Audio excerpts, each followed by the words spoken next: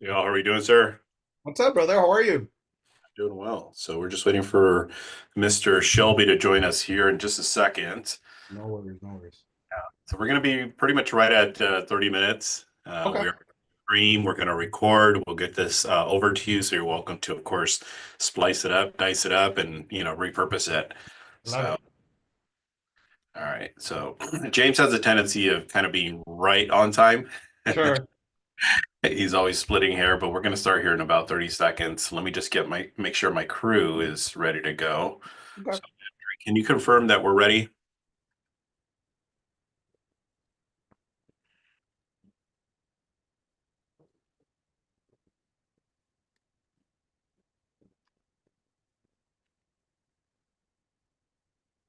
Right. So let's go ahead and get started. While we're waiting on James, we're going to go ahead and get started, Dale. So I want to take a minute to, of course, welcome everybody to our live stream. I get the honor, I get the privilege of having Mr. Dale Lofgren be here with us today, and we're going to get to know him a little bit better. So I got a series of questions I want to go through, get to know you a little bit better, what makes you special, which there's a lot of things I got the opportunity to look up and do a little face stalking on you. So that's Nice. always cool. But we're going to get James here in just a little bit. Share with the audience. Let them know what you're about, where you're at, how we can help you get more business. Sure. Love it. Well, so first and foremost, thank you so much for having me. I appreciate the invitation. So this is now my eighth year in real estate. Prior to being with Revolve Realty, which is where I'm at now, I actually owned the brokerage. I was 50% owner of it. And when I decided to part ways and just join this brokerage, I figured I would come by myself. And I ended up bringing 23 agents with me. So it's a team of 23 agents and myself. We joined the brokerage that is now a total of 60 agents with us included. So I have about half of the brokerage with me now. I've been doing this 8 years. I now actively have removed myself for the most part from production. Yep. I'm now switching hats from real estate agent to coach, mentor, leader, whatever I can be for people. And not just necessarily in the real estate industry, but in all aspects. Anybody who can possibly need help from me, I'm just here to do that for them. Very nice. Awesome. So we finally have James here joining us. He should be on any second now. What area are you out of? I'm in El Paso, Texas. El Paso, Texas. So, for those of you guys that are looking for referring any business out to El Paso, feel free to send them over to Dale. What's the best way for people to send business over to you, by the way? I mean, anybody can reach out to me to my phone number, 915-201-7922, or on social media as well. There we go. So let's get Dale some referrals. Let's get them sent out his way, and then here we have James on I was co-host. on the wrong link. I clicked the old one, so I apologize. No, you're good, man. We're all good. So yeah, just getting to know Dale, as he basically explained, he's been in the business now for 8 years. Has kind of is in the position of extracting himself from the day-to-day sales, running basically in an organization, coaching, mentoring, all of the above. So James, is there any questions you have for Dale right out the gate? I think I'll dive into kind of what you guys were just touching on, and I didn't get to hear all of it, but I get the gist of what you're saying. And if I'm understanding correctly, Dale, you're going from a point where you are kind of the person going on appointments and following up and answering questions for clients and doing all of that, all this the running around, to now stepping back and delegating a lot of that to where you are more of a business owner as opposed to maybe just a high income employee, right? Can you tell us not only what led you to that decision, but what was some of the systems you had to put into place, and when did you realize that this was what you needed to do? Was there a turning point where you said, I can't keep grinding like this, I need to step back and be more of an owner than an operator? Yeah, so that shift where I removed myself, or where I started the journey of removing myself from production, just started when I switched over to Revolve. So it's been about since August that I was like, okay, that's it. I'm done with it. It was a scary thought. It was a scary move, because in my eyes, nobody can do it as good as me, right? So that's the one thing that I had to overcome, and I've been able to do that little by little. However, since I joined real estate, since day one, I've always delegated a lot of the stuff that, quite frankly, I was either not good at it or I didn't want to do it. So, for instance, an example is I've never, not once since my first deal, have done my own transaction, my paperwork. I don't do my own paperwork. I've had a transaction coordinator since my very first deal because my thought process behind that is I can't be doing $10 an hour jobs when I need to be bringing in more business. So that's been since day one where I've always delegated to my admin and to maybe two or three agents that I always had with me. Now I have 23 agents. So now not everything goes through my admin. She handles everything in the back end to the CRM to updating the where we're at with milestones on every client. And on top of that, my agents, they're the ones that will be the co-listers to any of my listings, and they're the ones that handle all of my buyers. So it's to the point now where I tell some other people in the brokerage where I've delegated so much that I don't even take my computer home anymore. When I go out of town or anything, I just leave it at home because I'm everything's systematized already to where everything's being handled on the back end. Yeah, that's super cool. I really like the fact that you're Love talking that. about delegation and getting to the point where, what I like to call is basically constantly promoting ourselves. At first we are the TC. At first we are the buyer's agent, showing agent. We are the administrator. We are the person that's doing all of that stuff. And then little by little, we start to elevate ourselves to a position to where we become master delegators. Now, I mean, were you in coaching at any point in time? How did this come Yeah, about? Yeah, yeah. talk So about.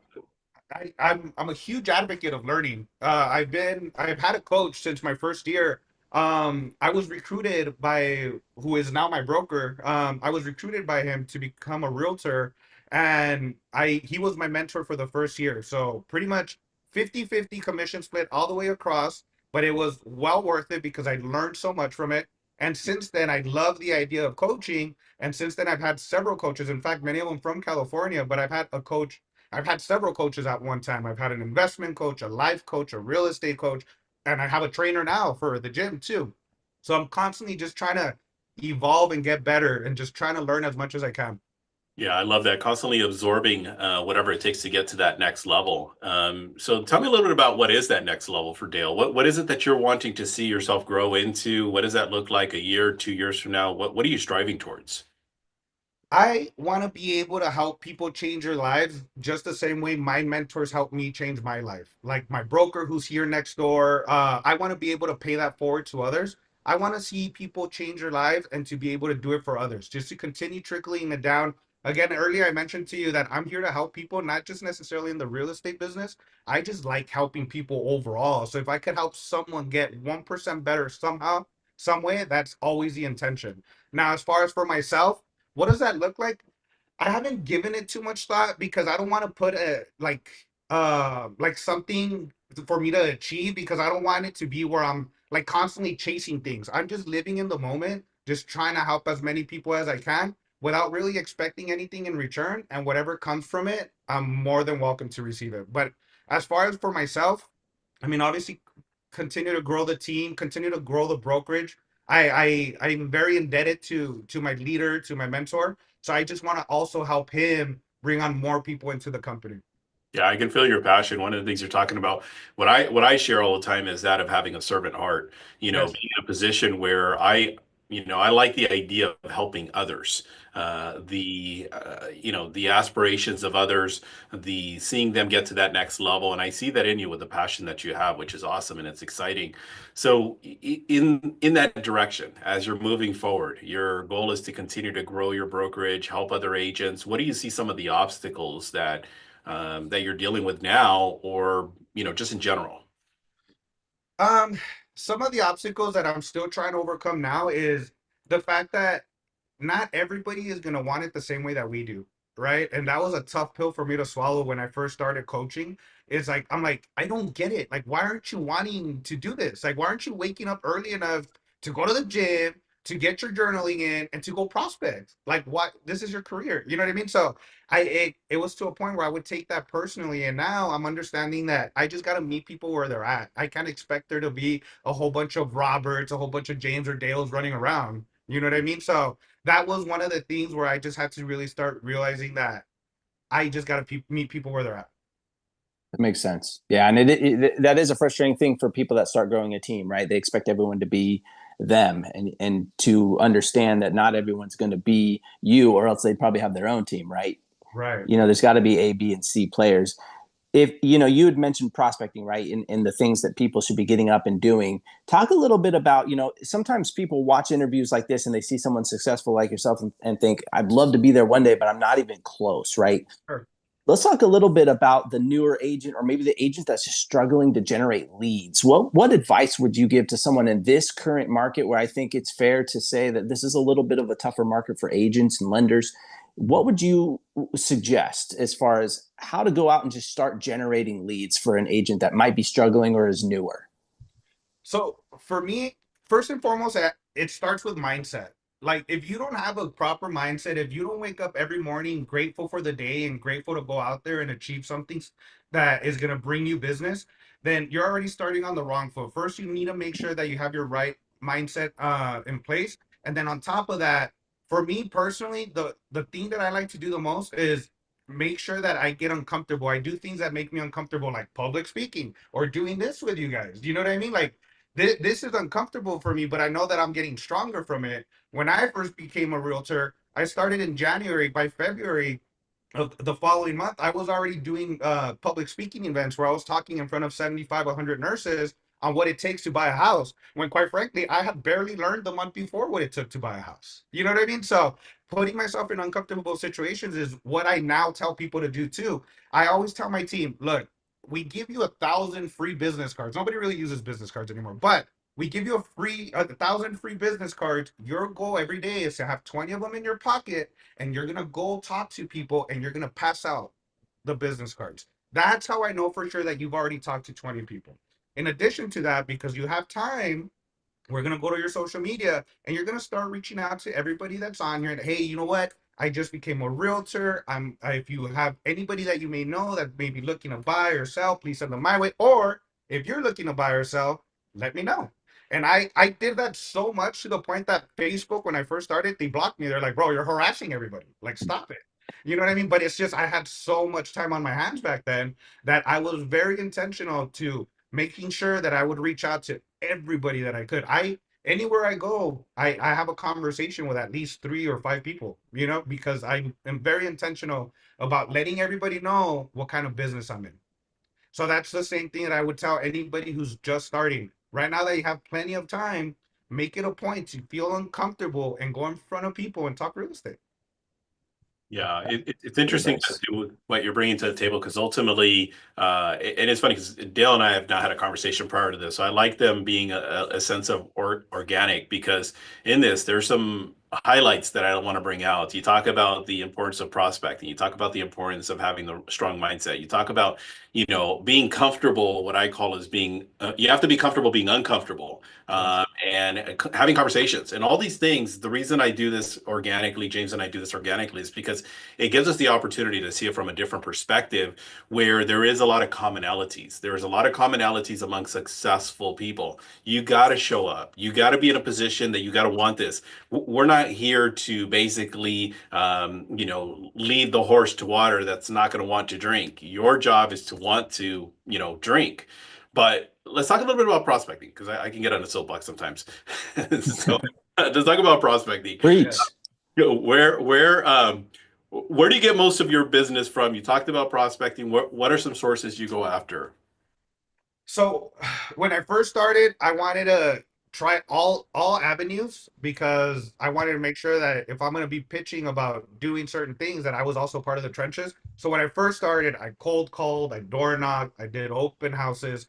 Now I focus more on my sphere, on my SOI, and also on social media. So for me, I keep it pretty simple with my prospecting. I have a pretty big database, whether it's on my social media or on my phone, and I reach out constantly and I follow a format. It's the acronym is it's FORD, which the acronym stands for family, occupation, what's the I forgot the Recreation. recreation and dreams, right? Yep, I yep. only do the first two, family and occupation. Hey, James, how's your family doing? Oh, they're doing well. You're gonna ask me, how's your family? Oh, they're doing really well. James, how's work? Oh, work is doing good. I'm doing this, and this. Dale, how's work for you? you know what? Right now, I'm starting to see a shift in the market because the interest rates are going down, and I'm starting to see that there's a lot more buyers now. So if you thought about selling your house, right now might be a good opportunity. And that's all I do. And then I move on to the next person. So I try to do that with at least 15 people daily where I'm just having conversations with them. I love that.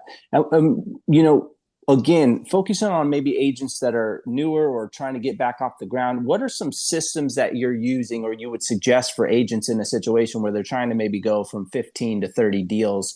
What are some systems that you would suggest they have in place? I'm assuming, you know, a CRM, things like that, but is there anything outside the box that you would suggest? For me, so I'll be honest with you guys. I've never used a CRM.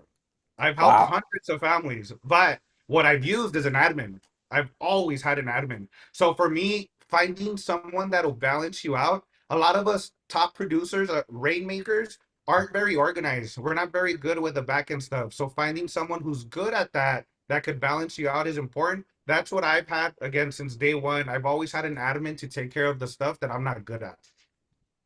So an Yeah, admin is you put that up there in one of the top things this people if they're already doing 15, 20 deals, if they want to go to 50, you've got to have an admin to take care of the stuff that you're not good at. For sure. And obviously newer agents might be like, well, man, I don't have that type of money to pay for an admin, right? My admin gets paid 10% of my commissions until we close. So and part of that, I'm pretty heavy on the listing side. Part of that 10%, some of it comes out from the seller's proceeds. They get notified, but so I'm not even paying all of it most of the time. Some of it is paid by the sellers too. So it's not affecting my pockets because if I don't close, then nobody gets paid, right? Okay, So so 10% when it closes. correct. Okay, 10% of your commission. Okay, that makes Yes, sense. So almost like how a TC would get paid. correct.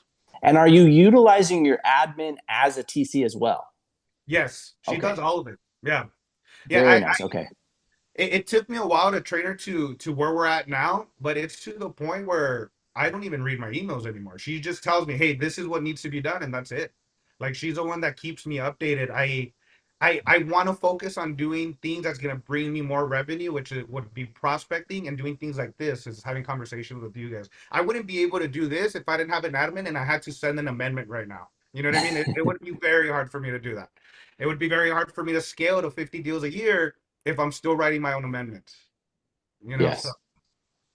yeah, one of the things I tell a lot of my coaching clients is basically one of the first exercises we go through is identifying with what Dale just mentioned. And that's seeing what your hourly rate is. Because if you're the type of person, as an example, you're trying to go from like with what James is talking about from 15 deals to 30 deals. Well, in El Paso, 30 deals might make you 250, might make you 300,000. But if you're going from 15 to 30 deals and you're in the Bay Area, you're in LA, those 30 deals, that could probably be $1 million. And if you're in a position of, let's say, something along the line of somewhere in the middle at $500,000 a year, that's $250 an hour. Okay. Now, are you doing that $250 an hour job, or are you doing that $20 an hour job is what we need to ask ourselves. And Dale's done a great job of, making sure he's using leverage, and that leverage is showing up by, of course, that delegation. So I like that you bring that up. The other thing that I really like about you talked about was the CRM, and where there's so much weight and emphasis where agents will sit there and say, well, I don't have the right CRM, I don't have this. I'm 26 years now in the business, and in 26 years now in the business, there's been probably about 10 or 12 years where I didn't even know the password to my own CRM because my staff would lock me out, be like, dude, you got to stay out of this thing. Every time you jump in this thing, it's you're messing it up. But what I like what you bring to the table is you talk about simplification. And the simplification is, being in conversations, having 15, 20 conversations a day. And the heaviest weight to that is your database. One of the questions that was asked here by the realtor Josue is, when you're working on the four, do you have any conversations with them about real estate? Which you kind of touched on, but if I don't know if you want to elaborate more to us. yeah. It's like a way of me, like it's a segue into it without asking for referrals. I've always felt uncomfortable asking for referrals. I compare it to when you're at a restaurant and you pay cash and the server asks, can I keep the change? Like I don't know why I correlate that with that. So I don't ask for referrals, but I make it a point in that forward conversation to bring up, because occupation is the right? So as soon as they naturally, when you ask someone, hey, how's work? They're gonna say whatever they're gonna say, and they're gonna naturally reciprocate the same question to you. So that's my opportunity. That's my shameless plug to talk about real estate without really asking for the referrals. So that's when I tell them like, hey, this is this, whatever. I give them a breakdown of what the market looks like. Yeah, and here's a cool little trick that I do with all of coaching clients and people whenever I'm speaking and have the privilege and opportunity to do this with people. I'm going to ask the audience. Here's what I want you guys to do. I want you guys to get on your phone. I want you to go to your contacts, and in your contacts, you're going to scroll all the way down to the very bottom. There's going to be a number that's going to be on there. Now, that number, what you're going to do is you're going to multiply that by 10%. That's how much business you have available, to where the only thing you need as far as equipment is concerned is your phone. So if you do your job, you're going to get that much business. Some of you guys are saying, oh my gosh, that is a tremendous amount of business. Well, let's keep it realistic. The likelihood is you're not going to get 10%. Okay. The likelihood is you might not even get 5%. But what if you could tap into that? I literally just had a coaching session. Well, I actually had a training session with an entire office. And there was this gal that was getting into the business. She has 800 and some people in her database. And I said, okay, or on her phone, I should say. And I said, okay, let's go through this exercise. And I said, what if you could tap into that? She says, wow, that's a lot. So 800, 10% is 80 deals. I said, you're not going to do 80 deals. That's not going to happen. But what if we take that 800, cut it in half? That's 400. What if we take 10% of that? Would you be okay with that? That's 40 deals. Well, let's say you don't even get that. What if you cut that in half and you only get 5% of that 400? Would you be okay with 20 deals out of one source? She's like, absolutely. And then again, being in LA, I mean, that for her is 300,000 coming into the business from out of almost nowhere. That's a lot of money. So I'm glad that Dale's actually talking about the importance of working your database, having those conversations, keeping it simple, delegation, all of these other things. But let me ask you, Dale, what's probably something we haven't talked about that could be beneficial to agents that maybe we haven't brought to the surface yet? Beneficial to agents. Man, I guess we touched on a lot, but again, for me, is okay. When I first started in real estate, I El Paso's a small city. Our population's 800,000 people. Everybody kind of knows everybody. When I first joined real estate, I made it a point to look at who was doing better than me, which was everybody, right? But I was looking at the top agents, and I would go out of my way to reach out to them and just pick their brain, just have conversations with them, get to know them, build relationships with them, because people like working with people they like. Eventually, when I started producing more and I started interacting and rubbing shoulders with these top agents too, that naturally we always worked well together because I was able to build that relationship since I became a realtor. In fact, that's how I ended up partnering up with my last business partner in the brokerage that we owned. Is him and I had a conversation through social media for about a year about real estate before we even met in person, and a lot of good things came from that. Even though I'm not there anymore, I learned so much from it that I'm grateful for that. And it only happened because I was going out of my way to reach out to people who were doing the things that I aspired to do. I love that. I love that. It's great advice, right? Tapping into people that are doing things that you want to do, that you aspire to do, and see what you can pull out as far as information. You mentioned a little earlier on going into, your social media, DMing some people, reaching out that way. In what other ways are you yourself, or maybe you suggest to your agents, utilizing social media, and what are some of the tips and tricks that you have when it comes to that? Yeah, so initially I was only using one social media platform to do a mixture of all personal with a little bit of business in there. I would just sprinkle a little bit of real estate in there because again, I feel that people like working with people they like. So if people saw me as relatable, they would want to work with me. But I recently switched it up to where now I do have multiple Instagrams. I have an Instagram for my team where every house that they upload or every marketing thing that they do, they collaborate with that page, and whatever leads come from that, they feed off of those. Then I have my own personal real estate page where I put my own listings every day. And then I have my personal page, which is still a mixture of a little bit of real estate and my personal life. And since I've made this shift, it's easier for me to see this business coming in and to track it because I have a page dedicated just to real estate. Mm. So you would suggest for most agents have maybe one for personal, one for business, as opposed to trying to combine them both. Correct. Now I do. Okay. Before I was the opposite of that. I would hear Tom Ferry say 80-20. So that's kind of the what I was following. But from my understanding now, and I'm not tech savvy, but from some of my guys here, they tell me that the algorithms like seeing the same type of like content on one page. So if you do one post on real estate and then you do something family related on the following day, well then it's not going to go anywhere with the algorithms. It has to be solely real estate. So that's why I did the shift. So I guess adapting when the market shifts, you shift with it. And same with things that are working on social media, from what you're saying, right? Hey, maybe Yeah. what worked 5 years ago on Instagram isn't working anymore. You've got to shift and kind of figure out, hey, what's working. Yeah. Yeah. And honestly, you won't know what works unless you try it consistently. And I think that's an area of opportunity for a lot of us. I have some of my own agents that are like, hey, I'm gonna go farming this subdivision. And then they go and leave flyers once and they're like, okay, it doesn't work. I farmed and it didn't work out.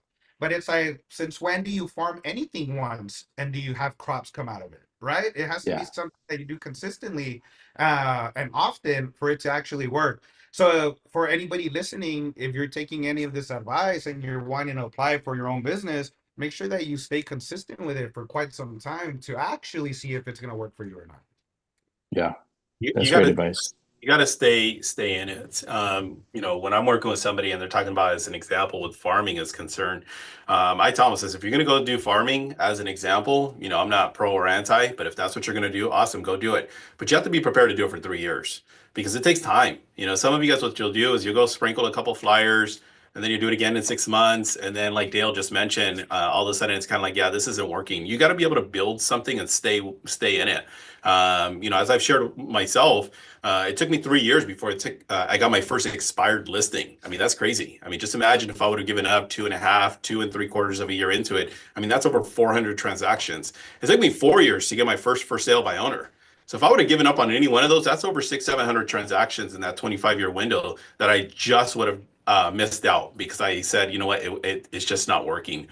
So, as always, we want to keep these things within that 30-minute window. We want to be respectful of Dale's time. So if you're not following Dale, James, and or myself, I'm going to encourage you guys, make sure you do follow. I think the one thing that I do want to identify and kind of sum up a little bit with what Dale's talked about, the importance of mindset. You got to work on this. Got to work on this all the time. The importance of having conversations. Basically, that's our job. We got to go out there and we have to have conversations. Some of you guys are these FBI agents, secret agents. Some of you guys don't even haven't picked up the phone since like last month or last year. You got to follow up with these people. Okay, you're getting connections. You're getting people that are saying, "Hey, I'm thinking about it. Possibly, eventually, at some point in times, these people need to be followed up on." And most importantly, is you got to do everything in your power to set up those appointments. You got to close, close, close. And the last but not least, they also talked about the power of delegation. For those of you guys that are in a little bit of the higher level, you have to understand this importance. I know some of you guys are saying to yourself, "But I can do it better. I can do it faster. I can do it." Yes, you can. But you got to teach and train somebody to do that because they should be doing that $20 an hour job, okay, where you should be doing that $200, $300, $500 an hour job, okay? So any final thoughts, Dale, before we let you go? No, I mean, you pretty much summed it better than I even talked about it. So thank you for that. Yeah, James, anything else you want to do and wrap ups? I actually just had a question for you, Robert. I know last time we had an interview, you had mentioned you were releasing your coaching in Spanish. Is that released? Is it off the ground? Where is that at? Yeah, actually, as a matter of fact, we have our first launch going into, of course, of all places, Southern Florida, going to Miami or Miami. So we're going to be doing that. I think it's May 1st or 2nd. There's still some things I need to finalize. But Cool. yeah, MIT, Millionaires in Training in Espanol. So I'm going to be coming at you guys with all the heat, all the stuff in Spanish. So all my Cubanos, all my Puerto Ricanos, my Boricuas, all my Dominicanos, I'm coming out and I'm going to come see you guys, okay? So come out, check it out. I'll get you guys details later. But thank you for the plug-in, James. As always, Dale, it's an absolute honor to have you here with us. Hopefully, you guys were able to get an idea or five out of today. Tune in for the next one. And James, again, as always, it's always a pleasure, brother. Thank you so much. Same here. And thank you, Dale. I appreciate it. Thank you All right. guys. It was a pleasure. Have a All great right. one. Take it You easy. too. Bye-bye.